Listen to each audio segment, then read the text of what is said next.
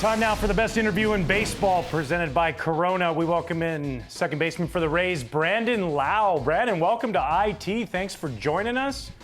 We're fired up to have you. 6-game winning streak. Things are going well down in Tampa. Yeah, things are going really well. When you guys are on a stretch like this, well, hold on, Kev, I'm not done yet. Yeah, great point. Besides the obvious, when you get in a stretch like this, it gets fun, right? You come to the ballpark every day, things are more fun. Who's like that guy that's in the locker room that's always keeping things fun? Oh man, we have such a good group here. I mean, it could be every single guy in that clubhouse, to be really honest with you. Right now we got all sorts of little games going on in the clubhouse, chipping, golf games, putting. There's all sorts of stuff going on in there. It's just a fun place to be right now.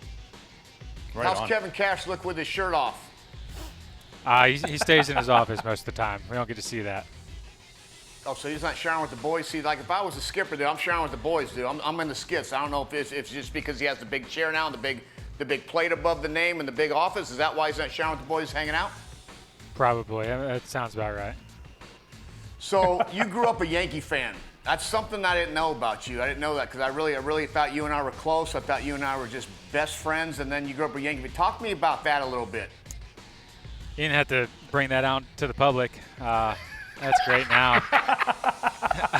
Too bad. It's out there. No, I mean, my parents are from New York. My mom and dad, their family is all in New York. So when they came down to Virginia, they knew friends from New York, and they put their Yankee handle on me pretty early with just little Yankee memorabilia, and the Yankees were good. They were a fun team to root for when I was a kid.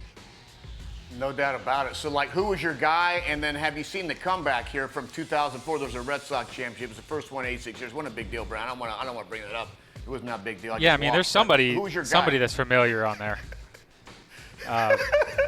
Kevin Millar or something. He's in that show. Millar, Euclid. By the way, I was in Vegas. I got to tell you this. He goes by Keith Miller. It's a funny story. I'm in Vegas. Went and saw Kenny Chesney, right, the Sphere. So I'm just telling the beginning of the show. And I'm in Vegas. I'm walking down the elevator. These two dudes, they just got back from the pool party. I mean, they're blasted. He's like, dude, oh my God, huge fan. Kevin Euclid, you were awesome.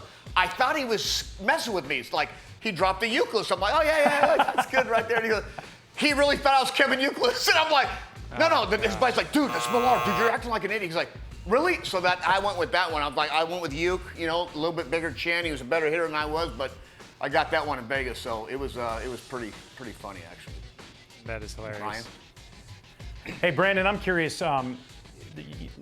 Your last name Lowe. Then you've also play with a Lowe, who also has a brother, Nathaniel Lowe, who they were on the same team. Was that confusing when you guys would check in for the room key? Derek Lowe. And it was three different I showered with him. Lowe's, but Lowe's, because your Instagram handle is Sweet and Lowe, I'm guessing, not Sweet and Low. Exactly. Yeah, I mean the Instagram handle was my college shortstop teammate that just always called me Sweet and Low. He's like, you should have fun with it and steer into it. So I was like, you know what, let's confuse the heck out of people. Let's do it like this. And then it's always been fun to mess with people and with the Low, low, low type of thing. And I do want to put it on the record that I made it to the big leagues first, so it's Lowe. Yes. Yes, 100%. That is yours, and you own it. Hey, we love peeping your Instagram, too, because we get to see fun things. But some of the fun things we get to see is different pictures you take with different people. And at Wrigley on Thursday, I went and saw Jelly Roll. Well, you got real up close and personal. Talk to us about this, because this is awesome. Jelly Roll and Gravedigger doesn't get any better than that.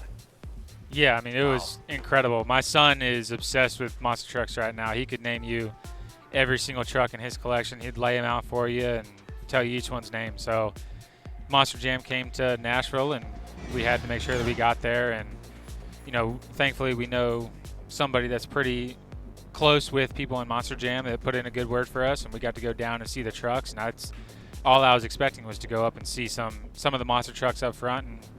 And they walk us over, and they're like, oh yeah, hey, by the way, this is Jelly Roll, saying it like we wouldn't have any idea who this guy was. And I was like, no, don't worry, like I know who that is. Yeah, it's like when you meet somebody hi, I'm Shaquille O'Neal. Oh really? I mean, because you feel bad sometimes. You don't know if we go first or last names, but that's hilarious. You are third on the list of all-time home runs of the Rays. Do you know the 1 and 2, the top 1 and 2 guys? I mean, I know that 1 is Longo. For number 2, I mean, I got to say Pena feels right, but I don't know who would be number 2. Yes. You right. nailed it. Nice. It feels right. Longo is going to retire as a Ray. Is this something? You got 8 years with this team, man. Sneaky home run hitter, has just an awesome little career. Is this something that you want to try to stay with this organization your entire career? Not that you can answer it any other way and say, no, I want to go play for the Yankees because it's 214 feet to right field. I'm not looking for that answer, but retire as a Ray when it's all said and done? Yeah, I mean, I think that's the ultimate goal. I mean, you asked me about who the guys were on the Yankees that I loved watching, and you know, the one that always comes up is Jeter. I mean, lifetime Yankee. Yeah. Never had a negative thing in the media said about him, and that's kind of just the way that you always want that career to go. So spend a long, healthy career in the same spot and, you know, build a little bit of a legacy would always be a great time. No doubt. Dude, well, you guys are having a great time down there. You guys are playing great baseball, always bringing it every day. But before games, we know this, right? We always have somebody that controls the jukebox. So it's time now for our Corona vibes check. Who's the guy that gets to control the music in the clubhouse? I mean, unfortunately, right now it's Walls. He puts on some of probably the worst music I've ever heard. Why unfortunately? What's he playing? I couldn't even tell you who the artist is, but I don't understand a word of it that's getting said.